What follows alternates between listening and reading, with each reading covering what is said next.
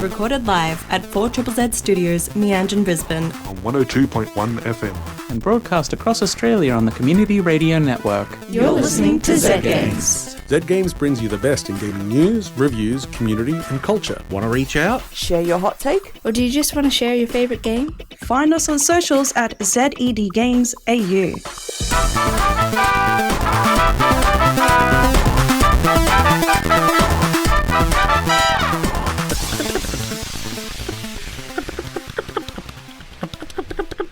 Hello. Hello. This is Zed Games. I am Paul, and joining me is Zara. Hello. Yes, and we're going to have quite a heavy listening tonight because we're going to be monkeying around in a bonanza of excitement as we review the Australian game The Drifter, and then maybe something else. Maybe something else. Who knows? How are you going, my dear? I'm doing good. How are you going, Paul? I got diagnosed with severe sleep apnea. Ooh, I see. According to the specialist, I haven't actually slept in years. This, you know what? Yeah, it explains a lot. That was exactly what I was going to say. I've been getting that a lot. But you know what? That's all right. That's all right. Yeah. You know what I've heard? I've heard that potassium is actually really good for helping to sleep better. And you know what's full of potassium? The Drifter. Yes, the Drifter. The new classic Australian adventure game. Yes. Which we will be discussing later. Yes, but for now, let's jump into some very loose news.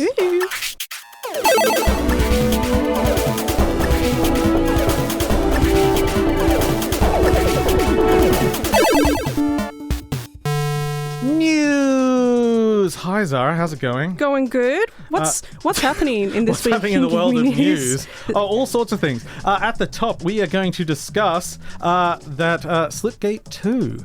That launch of amazingness. So Slipgate, if you don't remember, was the quite popular when it first launched. Sort of Halo-like as far as shooting first-person multiplayer FPS with portals. Yeah. Sounds of fun. You know the only reason I didn't play it? Because no, actually, why? It's too intimidating. Those kids are going to be so much... No, they do be scary. Yeah. I cannot touch Fortnite. I'm scared of Minecraft now. Those kids are fierce. If I can get sniped through an invisible window in the sky... Oh my God. I don't know what brutal. And they give you a hard time about it as well. Oh, yeah. They hear your knees creaking when you crouch in the game, and they're like, you're old. And they start laying down some devastating insults. Yes, so kids are cruel. But yes, they recently had the release of Slipgate 2 after a somewhat controversial appearance from the CEO, where he wore a Make Games Great Again hat. And I think it was specifically make first-person shooter, FPS games great again. Yeah, it didn't go down great, as it were. But in surprising news, after a somewhat terrible launch and not hitting anywhere near the metrics of the first game after a lot of investment, they are unreleasing the game and taking it back to beta. Unreleasing a game? It's happened a few times now, actually. I think this might be the third time a game's been unreleased. Off the top of your head, do you remember what the other one? Another example of that. It's all right, I put you on the spot. Yeah, I know. I know it was earlier this year. And so I was like, games unreleased. Oh, no. Because that's also... if I look up unreleased games, which I just did, it's just games that didn't come out. Yeah. No. This is games that were released and then taken back from people. Just a little bit of Oh, God. I know there was at least that sort of Battle Royale Amazon one that sort of got clawed back. But that was just kind of cancelled and everyone got their money back. Yeah. That was so early on. Splitgate 2, the beta, or not beta. No, the release. The release. Yeah. Because they're going back into beta officially with the game. But and we're going to make it great now. No longer we're going to have a... what was it, a $70 skin and stuff like that, which was I understand monetization in free-to-play games, but it is taking it beyond a joke. Yeah, it's a little bit kind of okay. You think you're top dog? All right.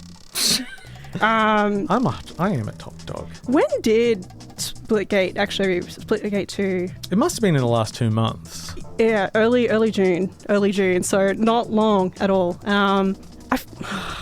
It's embarrassing. It is. It's embarrassing. But that happens. Now, I actually just need to find because it happened like on my way driving here. So I needed to double check what the actual. It is so hot news. It changed. Okay. So, continuing a discussion we had last week about payment processors pressuring Steam and other to remove adult games. Yes. Today, in hot news, itch.io has delisted, or de-indexed, as I'm now reading right now, live on the show, all not safe for work content from their browser and store pages. Yes. Look, adults are going to be adults.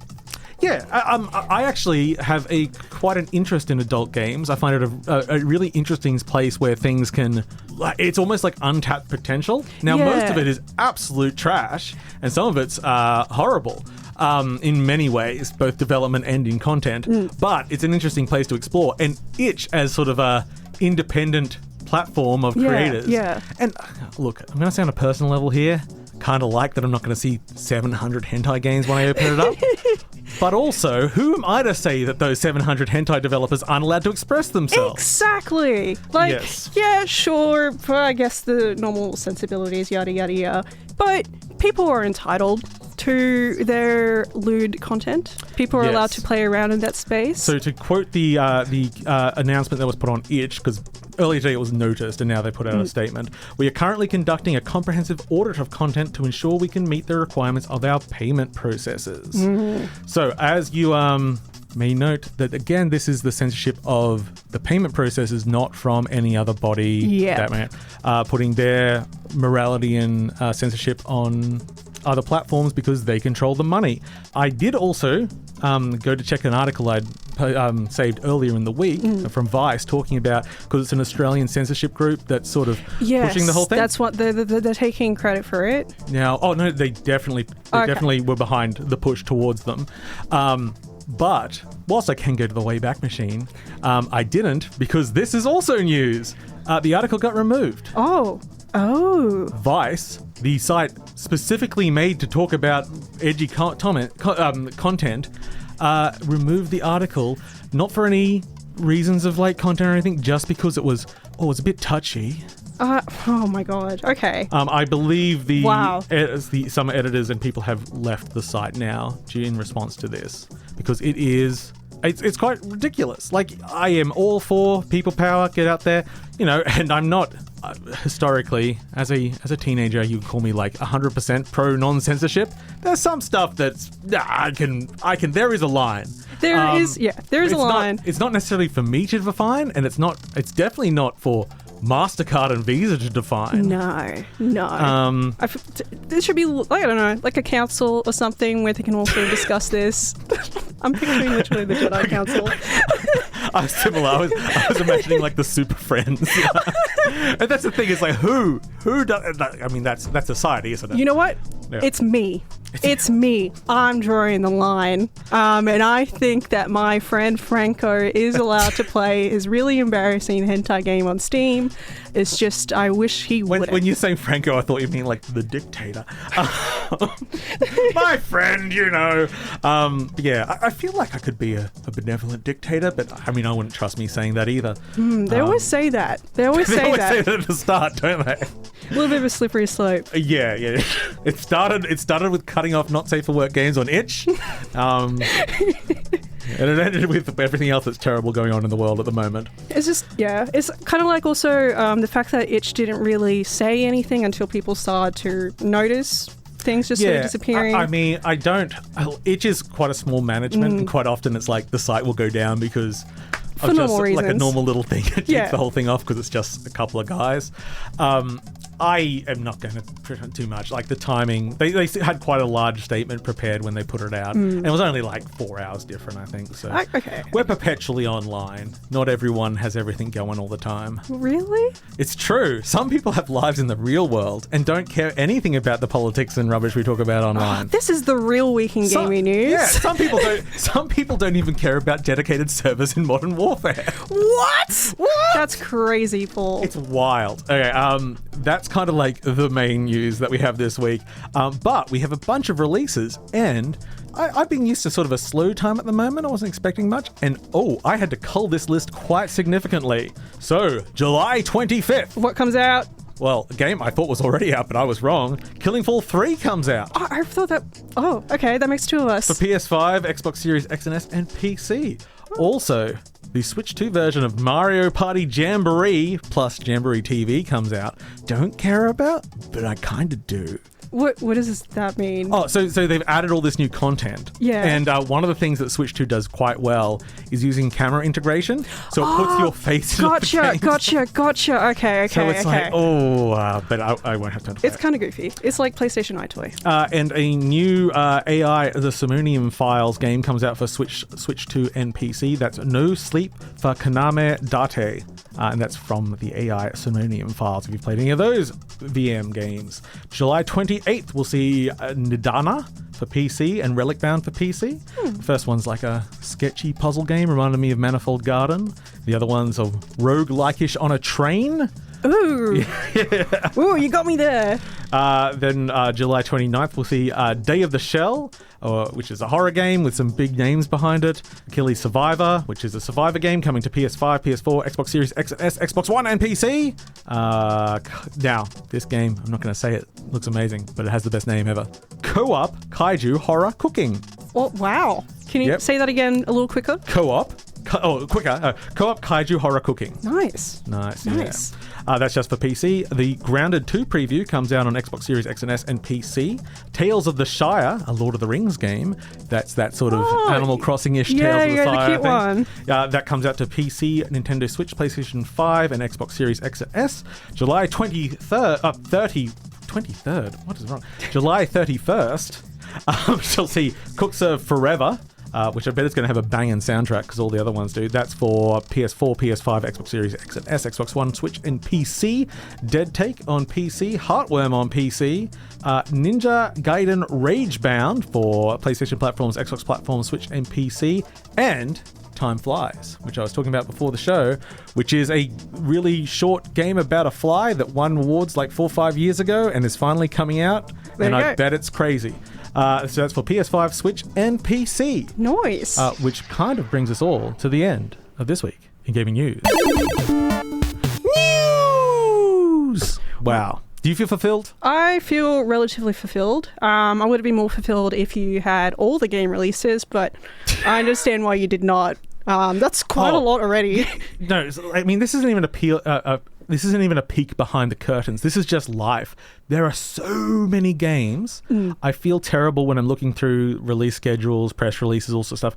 I give most games 5 to 10 seconds, if that. And if you've got interesting ideas, but your presentation doesn't put them forefront, you get skipped over so quickly. You will just blend into the wall. When a Steam Next Fest happens and there are hundreds of demos, I'm just like, man, these all look good, but also, are you unique? They all look derivative, good whatever. On the same level. Yeah, it's a heartbreaking industry in many ways. Now, it's one of my favorite times of the show where I get to go. I have a crush on these people. So this is really, it's not nepotism, it's just favoritism. Woo! You're okay, beautiful. So we're going to talk about The Drifter, which is the latest game by Powerhoof, who I mentioned in the intro I have a crush on, in that I kind of really wish that Dave and Barney were my friends. Understandable. Their sort of mainstream releases they've done so far are Crawl, which is a party game where you're like one person's a monster and other people are trying to defeat the monster, and before that one of my favorite games of all time, You're so overwhelmed by emotion, Paul. Yeah. I've never seen you like this. God, why can't I remember that? It's Totally Human Basketball. That's not quite right. Why can't I think of words today? This is great. I think it is Totally Human Basketball. Yeah. Anyway, it's an amazing game where it's totally normal human basketball. Anyway, so now they're doing The Drifter, and the Powerhoof. They make a lot of games. They do a lot of game jams. They do a lot of free releases on itch. They also design their own adventure game engine. And they are working on many projects at once. They're very prolific for just a primarily two-man team. And now the Drifter is a somewhat traditional adventure game with their own spin on it. It is very Australian. It is set in Melbourne, but it is a noir Melbourne, which is a bit more like Chicago, if you ask me. Chicago, Melbourne. Yeah, it's very funny. And you are a drifter. You have lived in the homeless community and you move around. You currently shift around and you've come back to Melbourne to go to your mother's funeral. But before you can get there, you are attacked and people try to kill you. And you are eventually thrown into the river to die. Not good. Not fun. Yes. So that starts our very grindhousey Australian adventure with noir roots and exploitation in it. It's very cool in its style. It's very stylish. You will immediately see the quality of the pixel art if you look at it. It is very interesting to look at. Great art. And just the attention to detail they have is off the chart. It's just like there's one scene with a street light in it. And the amount of lighting that goes onto these 2D pixel art is like, wow, that was a lot of work for 3 seconds of value. But that's the kind of game they make. Now, to talk about what they've done with the genre, they have just made it work. I have played the game primarily on Steam Deck. That means playing it with controller controls, which is not something you normally want to play with what is a point-and-click adventure. Yeah. That's right. What they have done is they've sort of made the right stick a radial menu that you can point to any object in the scene. Oh, okay. So you can you actually don't have to walk around at all if you don't want to. You can just point at things and go, there. Does it all. It's very quick to move around, very easy to see what you can interact with. Once you have also interacted with something, it may become uninteractable. But if you mouse over it, or in this case, point towards it, it'll give you a little bit of flavor text at the top that tells you what you've learned. This includes what happens with conversations. So it's very streamlined in that ignores those parts of adventure games where you might get stuck in repeating dialogue, saying what they're... Because if you've heard what the person has to say, you'll just say, oh, that person told me to bugger off. Yeah. And you don't need to talk to them again. This includes, there is a button to look at the information you know and what you're currently tracking. And they're all just... Yes. So if you are sort of playing casually and you kind of forget like a name or what your actual goal is, it'll all be just catalogued in very simple text up the top. It's very slick, it's not fancy in that presentation, it's just smart. You don't spend your time screwing around with the classic adventure game stuff. It's also divided into chapters, which keeps each part small in a small environment, like a couple of screens normally, although it gets quite large by the end of the game. And it means that you can sort of sit down and just like, I'm just going to play a chapter. Yeah, it'll have a nice little arc on its own. It'll have a conclusion that's shocking. And it just really values your time. Now, puzzle-wise, it's kind of straightforward because it's logical and everything, which is good. It's not a puzzle game. It's an adventure game. So you're looking for the solutions that make sense, and they make sense. So I would say the weakest part of the game is about in the middle, where it gets into what I'll call a Monkey Island 2 island hopping section, where it means it's the world has opened up and there's a few more locations around. Yeah. And you're moving between them because it's a bit of like, I found a new thing. Now I'll quickly go back to every location and tell everyone that I spoke to about that thing to get the next thing. To get more information. But moving and accessing things is so quick, it actually just takes a couple of seconds to do each one. So it didn't become tiresome like I have in... I'm a very old school adventure game fan, and some of them are boring to tears. But yes, this avoids most of those problems. It also, as I was saying, has, a conspiracy story, but it also has a very personal story in it. It has made me get shocked face from both like big crazy story reveals, but also just like personal choices that are like, no, don't do it. And then they do it, and you're like, then they do it, it's like, no. Yeah, it has a lot going for it, and each of those chapters tends to offer a different style of gameplay as well. Now, semi-spoilers in this part, because part of the story is that you get killed. Oh. Quite a lot. Oh, no. Because the game involves time travel. So not very frequently, normally at least once a chapter, there will be a scene where it's dangerous, and you might get killed, in which case you get a splitting headache, and you go back a little bit, like 30 seconds a minute. It's instrumental to the story, and the story is very... But also it means that you get these tense situations where, stakes are high, and you're trying to work out how to get out of it, and you can fail. And you're freaking out a bit from failing, and then the game's like, all right, back To the top again. And they can do funny things in there, like giving you options that you definitely shouldn't try, but you can if you want. So it's like really creative in that. Those sections are sort of sparse, so you're not constantly having to replay stuff. Even there's a few of them that are a little bit longer, like there's a few escape sequences that I can think of, but in those they've broken into sections anyway. So if you get killed near the end, you don't have to go back to the beginning and do the whole sequence. Okay, it's just a few steps. Yeah. So it's very respects your time.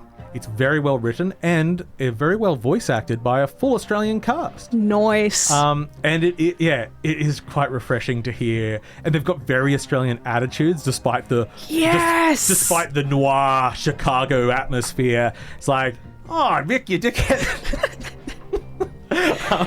Just typical Australian language. Some of just the reactions make me laugh so hard. Like horrible thing happens and it's just, that was as far as we're gonna go with swearing, but some of them are just like very simple. I'm like, that is Aussie. You see an unmentionable horror and you just go, oh.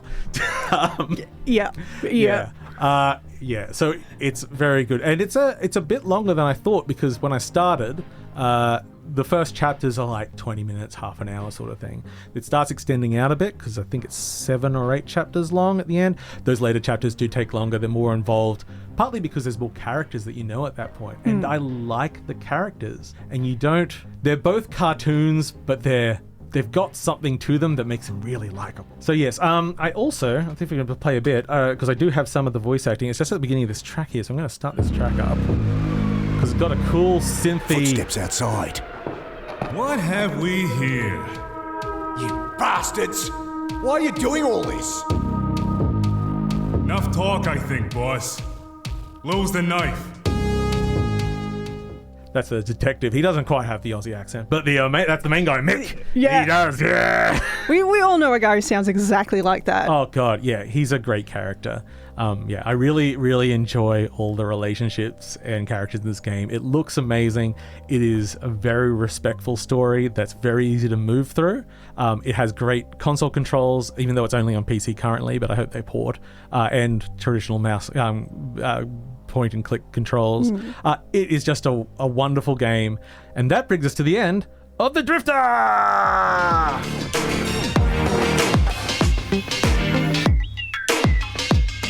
It's a very good game. I think I gathered that. Yeah, I got sent code by the developer, but I bought it myself, so... It's that good. It's that good. I like supporting Australian devs when I can. You're listening to Zed Games at 4ZZZ. You're listening to Zed Games on 4ZZZ. Oi mate, you're listening to Zed Games at 4ZZZ. You're listening to Zed Games at 4ZZZ. You're listening to Zed Games at 4ZZZ. You're listening to Zed Games at 4ZZZ. You're listening to Zed Games at 4ZZZ. You're listening to Zed Games at 4ZZZ. You're listening to Zed Games at 4ZZZ. Got a bit carried away. This is Zed Games. I'm Paul. That's Sarah. And they have a wonderful review! But apparently it's short. Yes, it is pretty short. So I'm going to be reviewing Midnight Snack and available on Steam. Paul, what is your midnight snack of choice? Oh gosh, I mean, I have eating problems. Weirdly, just like chili sauce.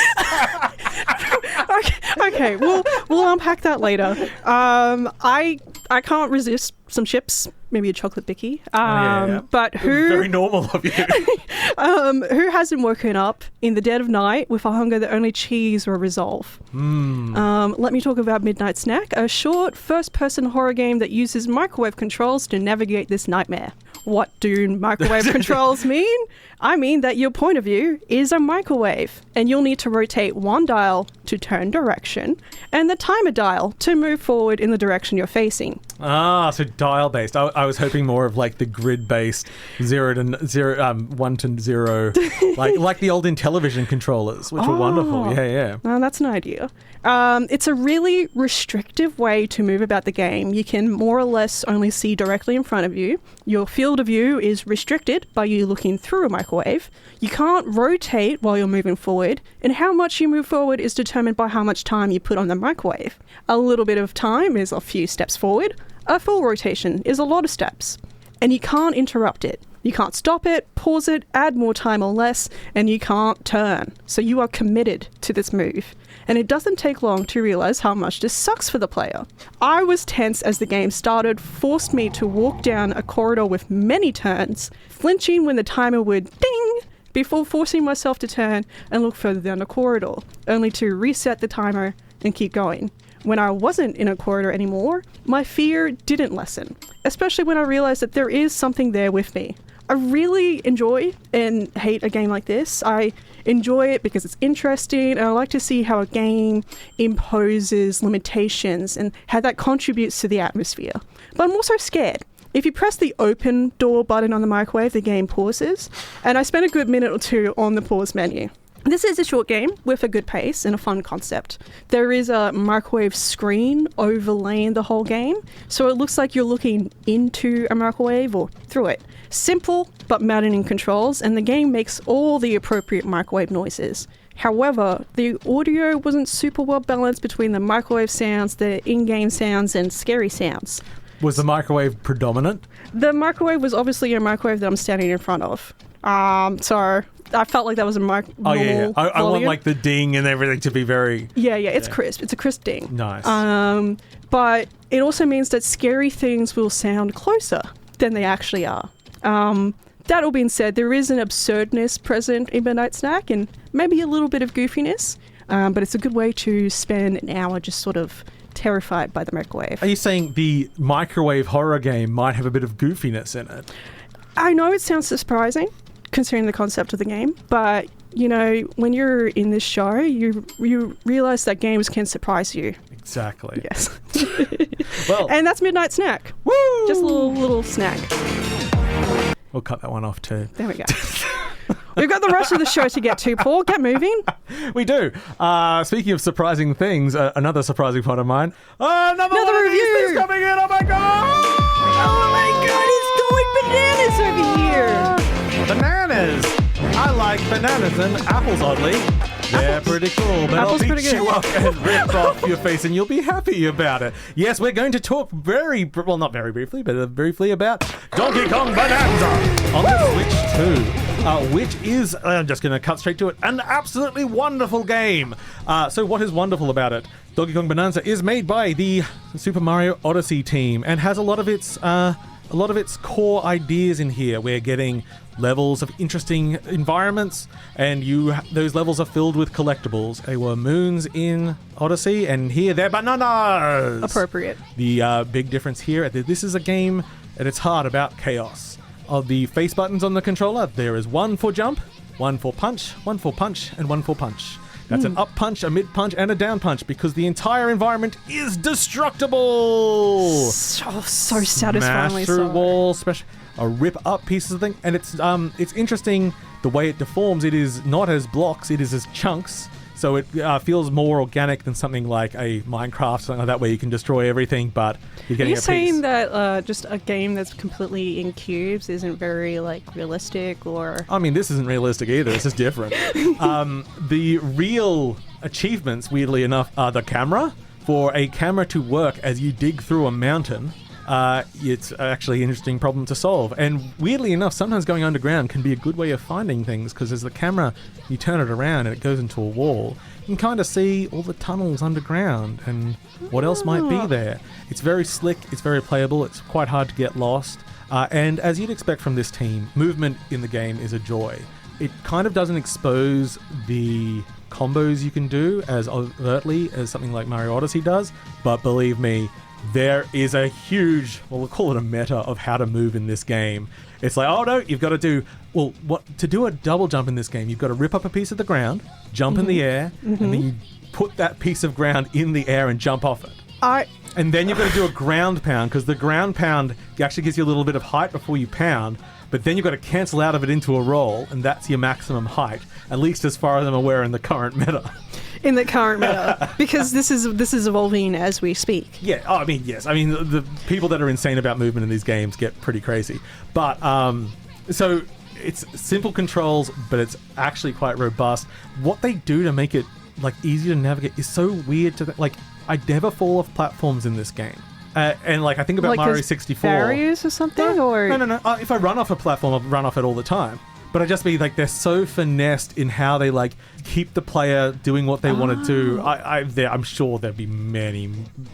It's years of research and testing and doing everything that goes into, but just what it comes down to is fun immediately. The first thing you're just in a mine. Get bananas, it says. Smash through all the walls, get a banana. Done. Great, I'm winning the game. Then, after a bit of story, you're given the task to get to the center of the earth. So you've got to go down, down, down, fighting bosses. You've got a 13-year-old Pauline on your back, and she sings in this game. It's a bit of a musical, actually. Yeah. Yeah, that sort of thing. And, okay, so this is me being aware of internet perverts. That was what I didn't like. I don't like that she's 13 and she's barefoot. Yeah, I was like, no internet, don't. Thankfully, not seen anything. Great. Okay. And I'm not going to look. But yes, she comes along as a companion. Her singing powers help break through things. But also, as the name is, a bonanza is actually kind of like a musical performance. And during that, you transform. And you transform into multiple large creatures with different powers in the game. And it keeps it very fresh. There's always new things to find. And my general cadence in playing the game is to just get to a level, explore. You can often get through a level without engaging with what it wants you to engage with, because you can kind of smash through everything. I see. Yeah, so you can kind of carve your own path, and especially once you get good at the movement, you make jumps and stuff that you're not supposed to be able to make, and the game doesn't care. It's like, yeah, you do what you want. So my general thing is I play sort of through everything, and then as I've sort of more powered up later, you can come back to those earlier levels and start trying to get that 100% of collecting all the hidden bananas and everything. So you can buy maps and stuff like that to help you if you are lost. But yeah, there's a lot of fun little secrets and a lot of ideas. It always amazes me when you get to a level and you go, oh, well, surely I've been playing platformers for 30 years. You can't come up with a new gameplay mechanic, right? And they just show you something, you're like, oh, wow, what? How did no one think about this? And I don't really, So the more interesting ones as you get further down, because the game gets better as it goes. It starts kind of quite simple. And most players will smash everything at the beginning of the game. You actually stop doing that. You start becoming strategic about your smashing? Yeah, because you don't really need, you don't need to be gathering resources all the time, but you need to be gathering them sometimes. Yes, right. Yeah, so it's just extremely satisfying. It looks great. It runs smoothly. It is an absolute joy to behold. My only real complaint is that because you're so good at smashing things, most of the bosses pretty easy because you just smash them in the face. Ooh. Yeah, and so I don't even get to see their full moveset because I've already defeated them. I'm like, I need a hard mode to this. You need a... Yeah, you do need a hard mode. Well, I in my random song in the intro, I mentioned ripping off faces. Oh my god. So it's not violent. I mean, it's violent and you're punching things, but normally when you run up to another character and you punch at them, you will give them a high five. Cute. Like, yay, snap. Yeah. There's a lot of these creatures that are actual rocks and minerals. Instead of them, you walk up and you rip apart. Oh my god. And they're quite happy about it. That's brutal. Oh, it's very funny. It's a very strange, very creative. It has lots of callbacks to classic Donkey Kong. A lot of Donkey Kong Country and 64 in it, which you think DK Rap is in there. Nice. It has side-scrolling. It has pretty much any classic song will have at least a remix of some sort in there. The soundtrack is huge and phenomenal. It is there's a lot of work and love put in this game. And I can't stop thinking about it. It's just ingrained. I can't blame you. I've just seen some gameplay and played 30 seconds before the show. And it's it's so good. It looks really satisfying. Yeah. It looks like a ton of fun. It's a strong recommend. So that's out. Woohoo.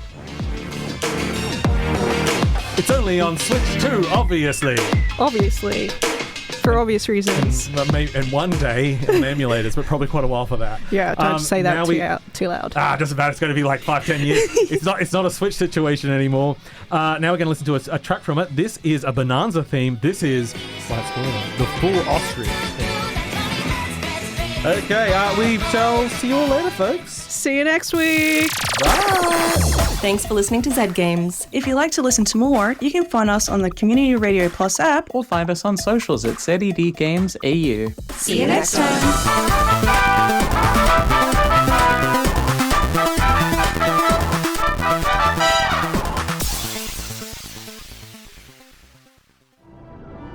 Told myself I'd never come back. But well, shit. Here I am.